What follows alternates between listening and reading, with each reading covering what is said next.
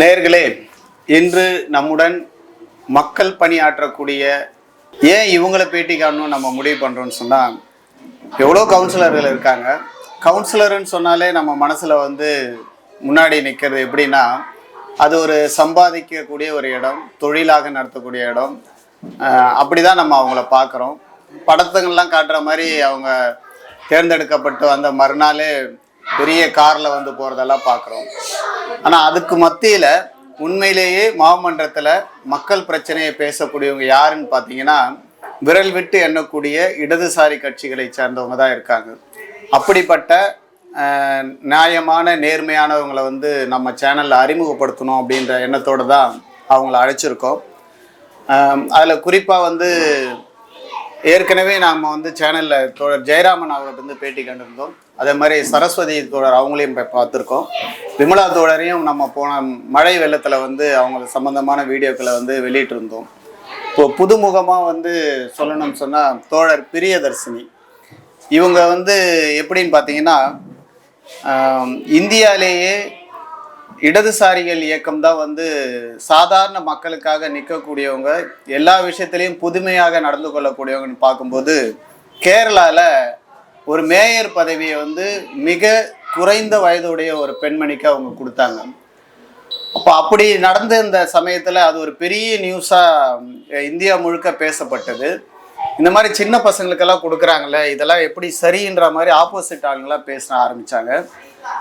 ஆனாலும் அது ஒரு நல்ல விஷயம்தான்ற மாதிரி எடுத்துக்கிற மாதிரி தான் மேக்சிமம் மீடியாக்கள்லாம் பேசினாங்க. அதில் ஒரு பகுதியாக தமிழ்நாட்டில் அப்படி ஒரு உதாரணமாக தைரியமாக மார்க்சிஸ்ட் கம்யூனிஸ்ட் கட்சி ஒரு இளம் தோழருக்கு வாய்ப்பு கொடுத்தாங்க. அந்த வாய்ப்பை சென்னை பகுதி மக்கள் பயன்படுத்திட்டாங்கன்னு தான் சொல்ல முடியும். அவங்கள தேர்ந்தெடுத்தாங்க. ஸோ அப்படிப்பட்ட ஒரு தோழரும் இன்றைக்கி நம்மளோட அரங்கத்துக்கு வந்திருக்காங்க. இவங்களை பேட்டி காண்றதுக்கான நோக்கத்தை நான் ஆல்ரெடி சொன்னேன் நான். ஸோ அதனால் நேரடியாக அவங்களோட கொஸ்டின் கேட்க போயிடுறேன் நான். வணக்கம் தோழர். முதல்ல நான் உங்ககிட்டேருந்து ஆரம்பிச்சுக்கிறேன். ஏன்னா கவுன்சிலர் எக்கச்சக்கமான ஆட்கள் இருந்தாலும், நிறைய பேர் இருந்தாலும், எவ்வளோ எக்ஸ்பீரியன்ஸாக இருந்தாலும், நீங்கள் தான் மீடியா முன்னாடி ஒரு ஃபோக்கஸ் ஆகிருக்கீங்க. அதுவும் மார்க்சிஸ்ட் கம்யூனிஸ்ட் கட்சி சார்பாக ஸோ நீங்கள் முதல்ல எதிர்பார்த்தீங்களா இந்த மாதிரி உங்களுக்கு ஒரு போஸ்டிங் கொடுப்பாங்க வரும் அப்படின்னு நீங்கள் எதிர்பார்த்தீங்களா? கண்டிப்பாக எதிர்பார்க்கல. மார்க்சிஸ்ட் கம்யூனிஸ்ட் கட்சி தான் இந்த ஒரு வாய்ப்பை ஏற்படுத்தி கொடுத்துருக்கு. ஏன்னா அதுக்கு முன்னாடி டிஒஎஃப்ஐல இணைஞ்சு செயல்பட்டதுனால அதை அடிப்படையாக கொண்டு கட்சி எனக்கு இந்த வாய்ப்பை கொடுத்துருந்தது. இதை நான் ஒரு பொறுப்பாக எடுத்துக்காமல் இது என்னோட கடைமையாக நான் எடுத்து தான் நேரத்தில் நான் செயல்பட்டு இருக்கேன். கண்டிப்பாக இந்த ஒரு விஷயம் எதிர்பார்க்காத ஒன்று தான். நீங்கள் எதிர்பார்க்கலன்றது ஓகே. உங்கள் மேலே ஒரு எதிர்பார்ப்போட இந்த பதவி உங்களுக்கு கொடுத்தாங்கல்ல, அது நிறைவேற்றுன்ற ஒரு இது இருக்கா உங்களுக்கு? இப்போ வரைக்கும் ஒரு 50% நிறைவேற்றிருக்குன்ற ஒரு நம்பிக்கை எனக்கு இருக்கு. ஏன்னா என்ன மார்க்சிஸ்ட் கம்யூனிஸ்ட் கட்சியின் சார்பாக 98வது வட்டத்தில் நிற்க வச்சாங்க கவுன்சிலராக. அதில் வெற்றி பெற்றதுக்கப்புறம் கேம்பெயின் டைம்லேயே மக்களுடைய 20 ஆண்டு காலம் 30 ஆண்டு கால பிரச்சனைகளை எங்களால் பார்க்க முடியும். அப்போ யோசிச்சது என்னன்னா, கட்சியோட வழிகாட்டுதலும் என்னன்னா, முதல்ல அந்த பிரச்சனைகள்லாம் முடிச்சிடணும் அப்படின்றது.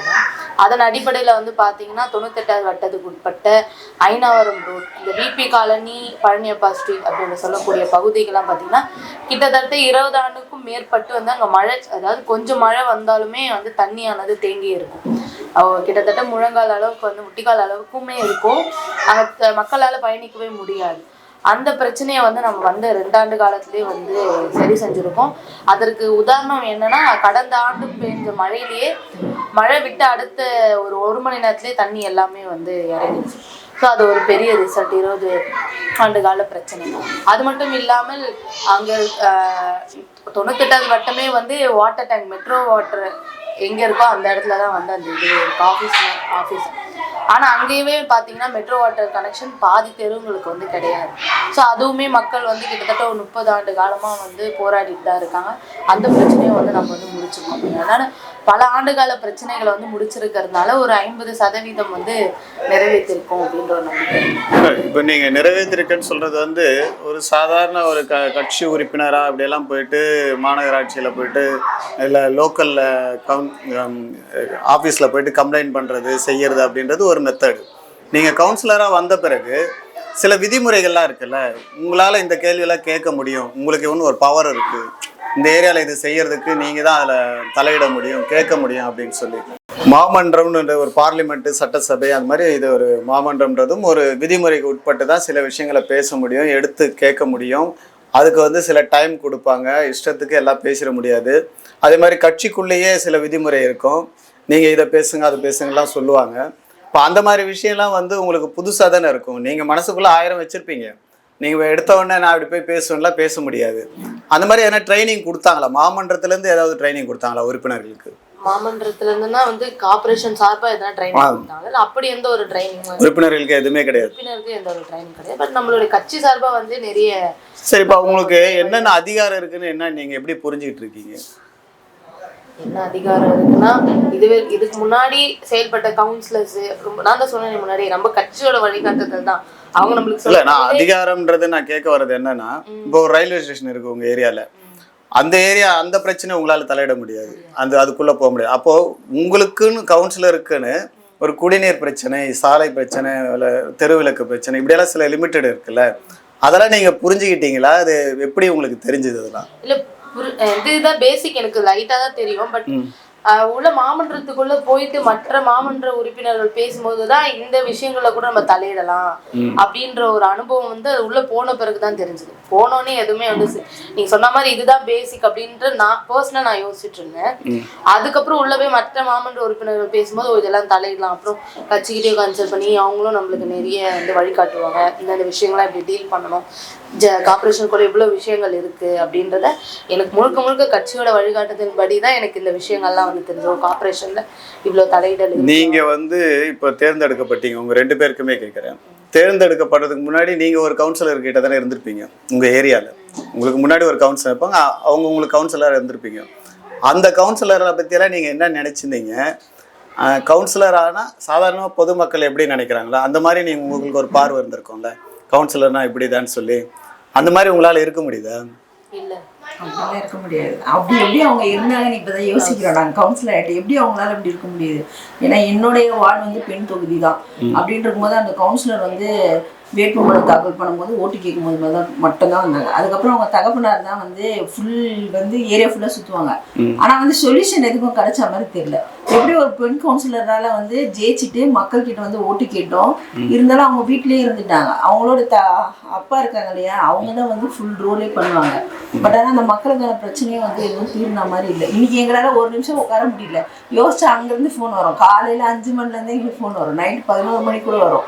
ஒரு டைம் கரண்ட் பிரச்சனை அப்படின்னு சொன்னாலும் 12 மணிக்கு 1 மணிக்கு தான் பிரச்சனை வந்திருக்கு. நாங்கள் சார்ட் அவுட் பண்ணி போய் லைவ்ல போய் அந்த ஸ்பாட்டில் நின்று ஒரு ரோட் கட் பண்ணுறதுலேருந்து போலீஸ் ஏன்னோன்றீங்கன்னு அந்த டைமில் வந்து பிரச்சனை கேட்கும்போது ஈவிலேருந்து எங்களை தான் உதவி கேட்பாங்க.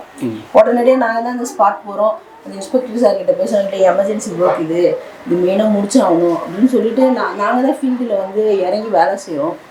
அப்படின்றபோது இதுக்கு முன்னாடி இருந்த பெண் கவுன்சிலர்கள் கூட ஆகட்டும், நிறைய பேருக்கு வந்து ஒரு வேளை அவங்க வீட்டில் இருக்கக்கூடியவங்க அவங்க வந்து அவங்களே ஆளுமே பண்ணணும் அப்படின்னு சொல்லி வச்சுருந்தாங்களா, இல்லை நம்ம ஜெயிச்சுட்டா போதும் அப்படின்னு சொல்லி வச்சுருந்தாங்களான்னு தெரியல.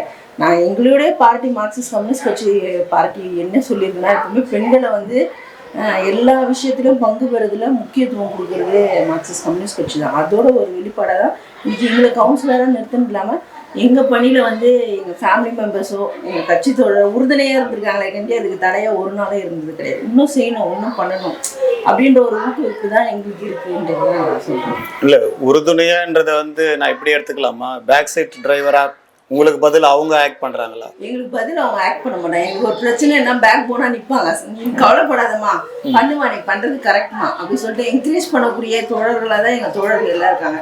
இன்னொன்று என்னென்னா, எங்களுக்கே தெரியாமல் நிறைய சீனியர் தோழர் இருக்காங்க.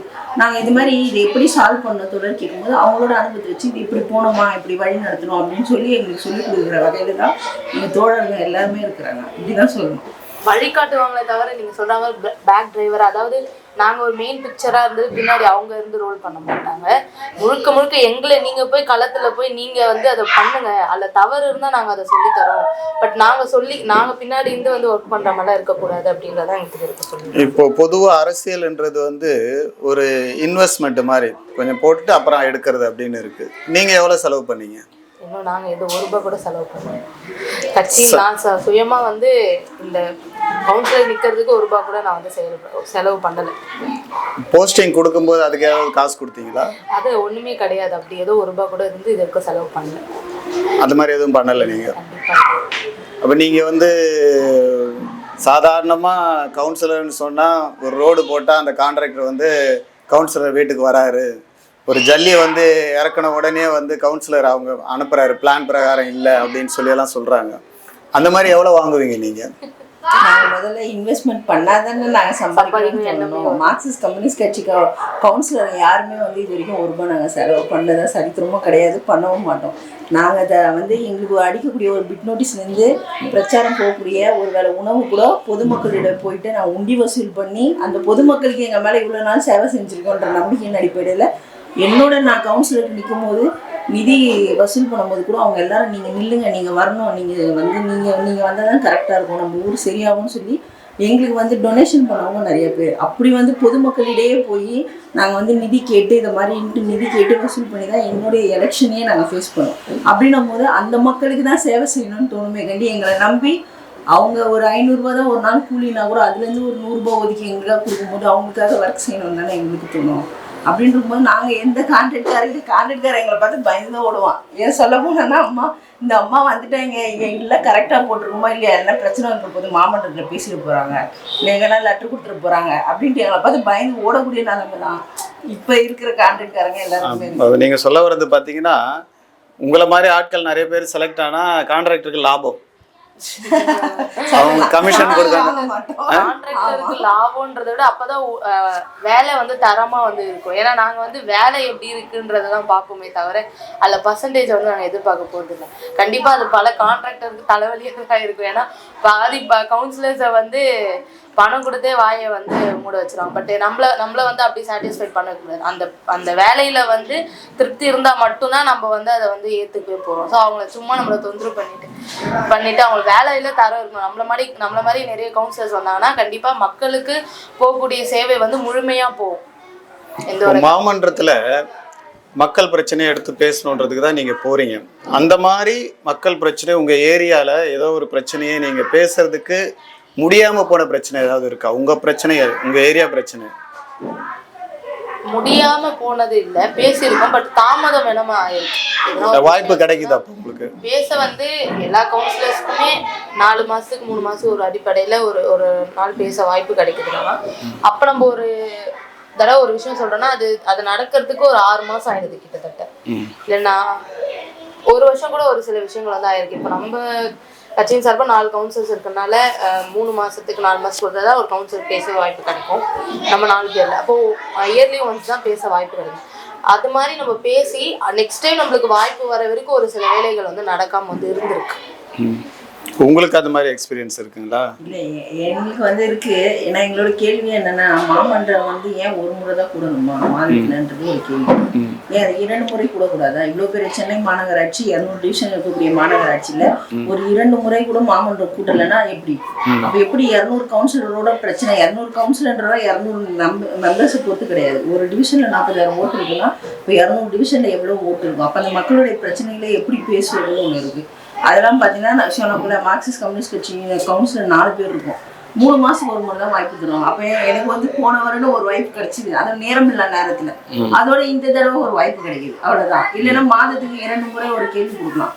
அதுக்கு மேயருக்கு விருப்பம் இருந்தால் அது மாமன்றத்தில் ஆன்சர் ரெடி பண்ணிட்டு இதை நீங்கள் கேட்கலாம் அப்படின்னு சொல்லுவாங்க. இல்லை அவங்களுக்குன்னா எங்களுக்கு லெட்டர் வந்து மாதம் தேடி நாங்கள் என்ன கேள்வி கேட்குறோமோ அதுக்கு வந்து நடவடிக்கை எடுக்கிறோம் அப்படின்ற மாதிரி தான் ஒரு பதில் வருமேங்கண்டி.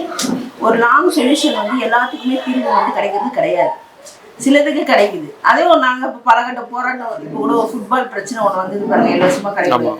கொஞ்சம் பெரிய லெவலில் ஒரு போராட்டம் பிரச்சனைகள் பண்ணும்போது அதை அர்ஜென்ட் அவங்க மேயர் அவர்கள் பாஸ் பண்ணிட்டாங்க. இருந்தாலும் அதை வந்து நாங்கள் வந்து எதிர்த்தோம். மீடியாவில் வந்து நாங்கள் வந்து பேட்டி கொடுத்து அது பண்ண முதலமைச்சர் கவனத்துக்கும் போச்சுன்னு நினைக்கிறேன். அந்த இதை வந்து பொருளை வந்து ரத்து செஞ்சுருக்காங்க.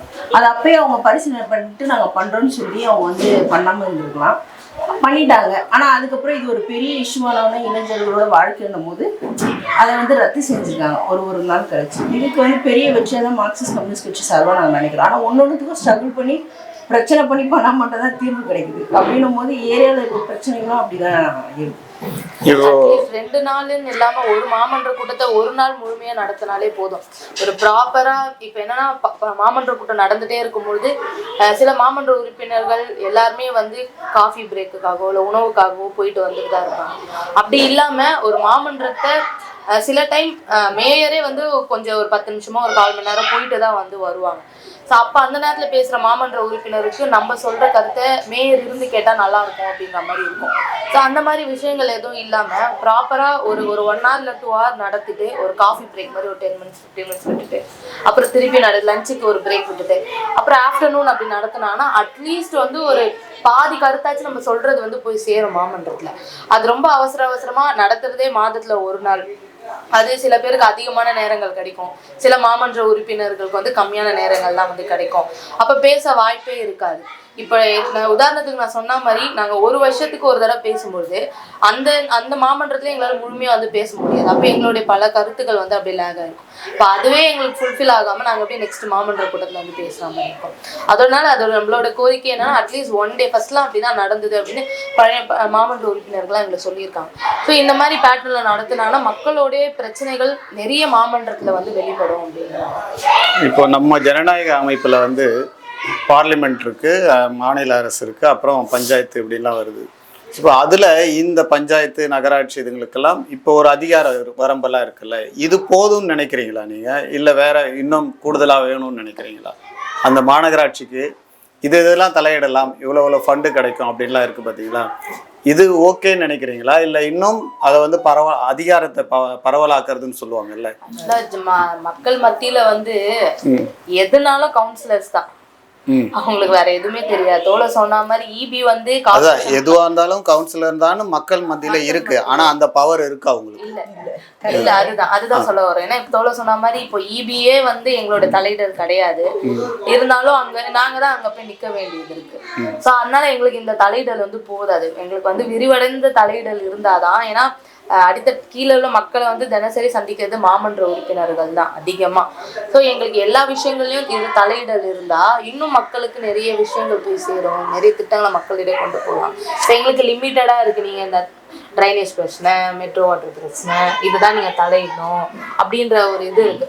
மற்ற விஷயங்களை நம்ம வந்து மக்களை திரட்டி ஒரு மனு கொடுக்குவோம், அது மாதிரி போனாலும் இயக்கங்கள் நடக்குதே தவிர அதுக்கான பதில் எதுவும் வர்றது கிடையாது. எங்களுக்கு விரிவடைந்த ஒரு இது இருந்துச்சுன்னா நாங்கள் இன்னும் நிறைய விஷயங்களை செய்வோம். ஃபர்ஸ்ட்டு வந்து சென்னை குடிநீர் வாரியமும் வந்து இந்த மாநகராட்சி 2 ஒன்றா.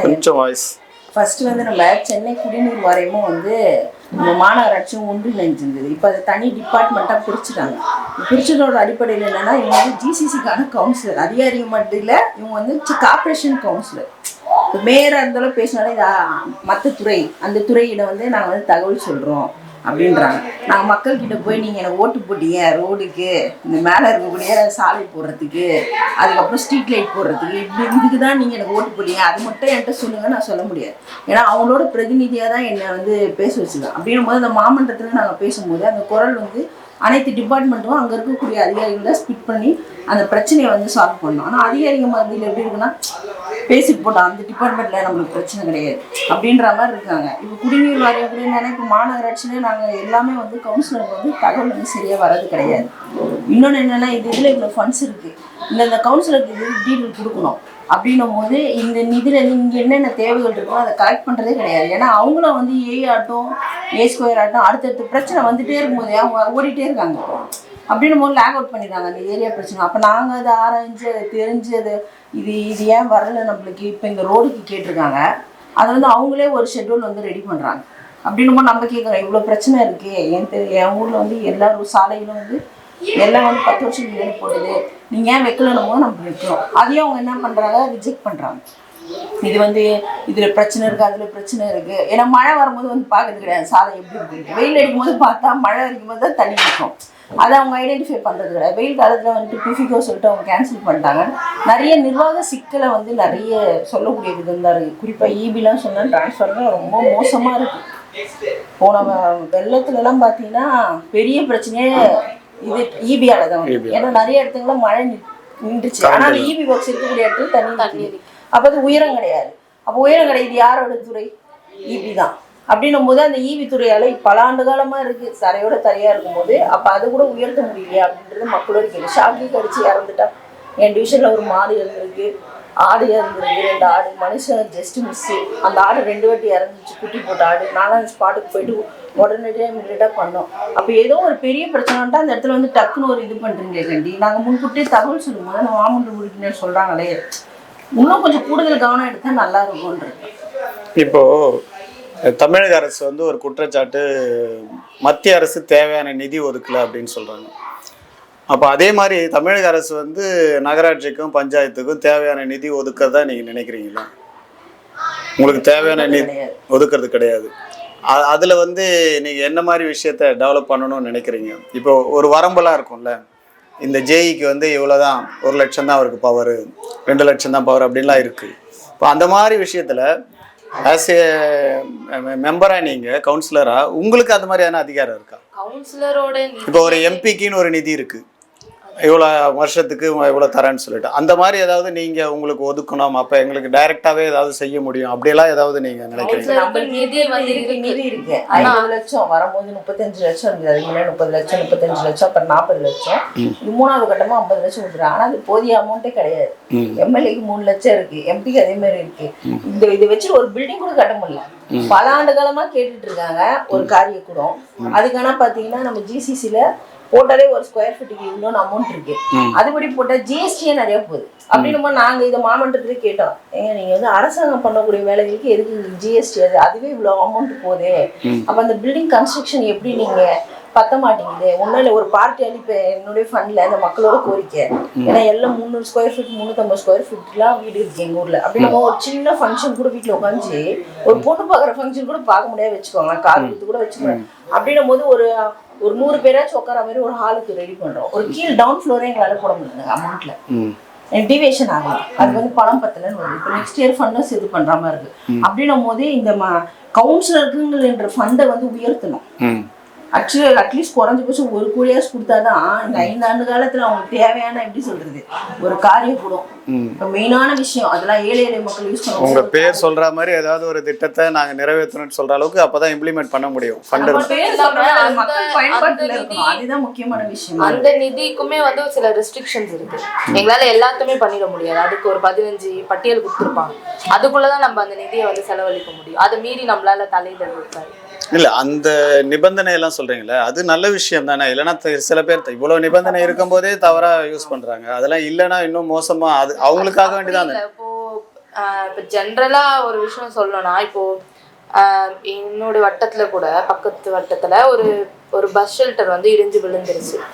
ஸோ அதை நாங்கள் ஃபர்ஸ்ட் ஃபண்ட்லேயே வந்து பார்த்து இதை பண்ணணும்னு அப்போ வந்து லிஸ்ட்ல வந்து இல்லைன்னு சொல்லிட்டாங்க. ஸோ அப்போ நம்ம அதே ஃபஸ்ட்டே அதை ரெடி பண்ணியிருந்தோம்னா வந்த ஆபத்தை வந்து தடுத்துருந்துக்கலாம். ஸோ இந்த மாதிரி இதெல்லாம் ரெஸ்ட்ரிக்ஷன், அதாவது ஒரு வருஷத்தை பார்த்து இன்னொரு வருஷம் அது வந்து மாறுது. இதெல்லாம் பேசிக் தானே. ஸோ இதெல்லாம் கார்பரேஷன் வந்து பண்ணலாம். ஸோ வருஷத்துக்கு வருஷம் மாறுறதுனால அந்த நேரத்தில் எது தேவை இருக்கோ அது எங்களால் பண்ண முடியல. அதில் கூட நம்ம சொல்கிற விஷயங்கள்ல இல்லை இது பண்ண வேண்டாத விஷயங்களாக இருந்தால் ஓகேன்னு சொல்லலாம். ஸோ இதெல்லாம் ஒரு பேசிக் மக்களோட அதிக பயன்பாட்டில் இருக்கக்கூடிய விஷயங்கள் இதெல்லாம். ஸோ இதெல்லாம் அப்போ பண்ணியிருந்தா நடந்திருக்கும்ல, அந்த மாதிரி சொல்கிறேன். ஸோ ரெஸ்ட்ரிக்ஷன்ஸ் ஓகே, பட் இது எதுக்கு முன்னுரிமை கொடுக்கணும் அப்படின்றதும் பார்த்து பண்ணணும் அப்படின்றது. இப்போ நீங்கள் வந்து பெண்கள் என்ற முறையில் அதுவும் நீங்கள் 2 பேரும் ஃபர்ஸ்ட் டைமாக வந்திருக்கீங்க. இதில் வந்து இந்த கவுன்சிலர் பதவியினால் லாபம் அடையக்கூடிய செக்ஷன் நிறைய பேர் இருக்காங்க, அதை பயன்படுத்தி. இப்போ நீங்கள் வந்ததுனால அந்த மாதிரி ஆட்கள் மூலயமா உங்களுக்கு ஏதாவது மிரட்டலோ பிரச்சனை அந்த மாதிரியெல்லாம் ஏதாவது வருதுங்களா? இது வரைக்கும் எனக்கு வந்தது கிடையாது. வரும்போது கூட நம்ம அவங்ககிட்ட வந்து எந்த எதிர்பார்ப்பும் இல்லாதனால எனக்கு இது தேவை, இது நீங்கள் முடிச்சு கொடுத்துணும் அவங்க வந்து நம்மக்கிட்ட ரொம்ப ரெஸ்பெக்ட்ஃபுல்லாக தான் நடந்துக்கிறாங்க. அதேமாதிரி அதை முடிச்சு கொடுத்தா நீங்கள் பண்ணலைன்னா நான் மேலே ஹையர் பண்ணுறேன். நான் கன்சல்ட் ஏஆர் இருந்தாலும் அந்த கான்ட்ராக்ட்காரர்கிட்ட நம்மளுக்கு பேசுகிற வேலை கிடையாது. நீங்கள் அதிகாரி, நீங்கள் கரெக்டாக வந்துட்டு நீங்கள் சைன் பண்ணிங்கன்னா உங்களுக்கு தான் பிரச்சனை வரும். நான் மேலே ஹையர் பண்ணணும். அப்போ நீங்கள் எப்படி சைனிங் பண்ணுவீங்க? அத்தாரிட்டி கரெக்டாக இருக்கா எல்லாமே நம்ம செக் பண்ணால் நாங்களும் ஃபீல்டு போய் பார்க்குறோம். அப்படி பார்க்கறதுனால மோஸ்ட்லி வந்து எந்த பிரச்சனையும் வரதுக்கு முன்னாடியே நம்ம இறங்கி இந்த மாதிரிலாம் உங்களுக்கு சொல்லிடுறதுனால அந்த மாதிரியான இது வரைக்கும் எனக்கு அந்த மிரட்டல் எந்த பிரச்சனையும் வந்தது கிடையாது. ஓகே, நல்ல விஷயம். அதாவது ஒரு ட்ரீம் பிளான் இருக்கும்ல உங்களுக்கு, ஒரு இது நம்ம வந்தால் இது செய்யணும் அப்படின்ற மாதிரி ஏதாவது நினச்சிருக்கீங்களா? அது மாதிரி நீங்கள் எதை நீங்கள் நினச்சிங்க அது நடந்திருக்கா, பண்ணியிருக்கீங்களா? கண்டிப்பாக ட்ரீம் பிளான் எங்கள் ஏரியாவில் பல வருஷமாக நான் 40 ஆண்டு காலமாக எனக்கு இப்போ 33 வயசு ஆகுது. ஆனால் எங்கள் அம்மா காலத்துல வந்து நிறைய வந்து தேவைகள் வந்து நிறைய சொல்லியிருக்காங்க. இன்றைக்கி வந்து நாங்கள் கம்யூனிஸ்ட் கட்சி தோழர்களாக ஒரு 10 ஆண்டு காலமாக அந்த அரசியல் ஃபீல்டில் இருக்கும்போது நாங்கள் நிறைய கேட்டு வந்து போராட்டம் பண்ணியிருக்கோம், ஆர்ப்பாட்டம் பண்ணியிருக்கோம், அந்த மாதிரி விஷயம் பண்ணியிருக்கோம். இன்றைக்கி எங்களுக்கு ஒரு வாய்ப்பு கிடச்சிருக்குன்னும் போது அதால் இவ்வளோ நாங்கள் வந்து எங்களால் முடிஞ்ச வரைக்கும் எல்லாத்தையும் பூர்த்தி பண்ண முடியல. என்னோட கேள்வியாக அதுதான். ஏன்னா நாங்கள் அப்போ நினச்சதை எல்லாத்தையுமே ஒரு கவுன்சிலரை பூர்த்தி பண்ணோம். ஆனால் முடிஞ்ச வரைக்கும் எதெல்லாம் முக்கியம் அவசியமோ அதெல்லாம் பண்ணியிருக்கோம். குறிப்பாக சொல்லணும்னா எங்கள் நேர்நகர் பகுதியெலாம் வந்து தண்ணியே வராது. ஒரு 5 தெருக்கு வந்து 1 கோடி ரூபா ப்ராஜெக்டில் போட்டு இப்போ முடித்தோம். இப்போ முடித்து அவங்க வந்து இப்போ உண்மையாகவே ரொம்ப சந்தோஷமாக இருக்காங்க. குறிப்பாக சொல்லணும்னா இந்த சமுதாய நலக்கூட ஒரு சின்னதாக இருந்தால் வச்சு எங்களுக்குலாம் ரொம்ப கேட்டாங்க எங்கள் மக்கள். இப்போ அதை கட்டுறதுல ரொம்ப சந்தோஷப்படுறோம் நாங்கள். அதேமாதிரி ஒரு காரிய கூடமும் கேட்டிருக்காங்க. ரொம்ப ஏழ்மையில் இருக்கணும், அங்கெல்லாம் ரொம்ப தூரமாக போகணும் அப்படின்னு அது கேட்டிருக்காங்க. அடுத்த ப்ராசஸ் அதெல்லாம் பண்ணணும்னா இன்னும் நாங்கள் வந்து கவுன்சிலராக எங்களை வச்சுருந்தாதான் இன்னும் நாங்கள் பண்ண முடியும் போல் அப்படின்ற மாதிரி அந்த டைமிங்கும் வந்து பத்தலை. அவங்க வந்து டக்குன்னு அந்த கேட்கக்கூடிய கோரிக்கைகளை நிறைவேற்ற மாட்டுறாங்க. அது இல்லாமல் அந்த ஃபண்டும் வந்து ரொம்ப கம்மியாக இருக்கிறதுனால சிலதுலாம் வந்து ரொம்ப லேட் ஆகுது. இல்லைன்னு நினச்சேன்னா நம்ம இன்னும் அந்த 5 ஆண்டு காலத்தில் நிறைய முடிச்சிடலான்றது தான். ஆனால் குறிப்பாக சொல்ல எல்லாரும் சொல்கிறாங்க மார்க்சிஸ்ட் கம்யூனிஸ்ட் கட்சி தோழர்கள் மட்டும்தான் இதெல்லாம் முடியும். ஏன்னா இது வரைக்கும் நாங்கள் வந்து எடுத்து பார்த்தா எதுவுமே இல்லை. இதுக்கு முன்னாடி இந்த கவுன்சிலர்களோட பங்களிப்பு என்ன இருக்குன்றது கொஞ்சம் கேள்விக்குறியாக தான் இருக்குது. ஆனால் நீங்கள் வந்தோடனே நிறைய திட்டங்கள் இருக்குன்னு தான் சொல்கிறாங்க மக்களிடையே.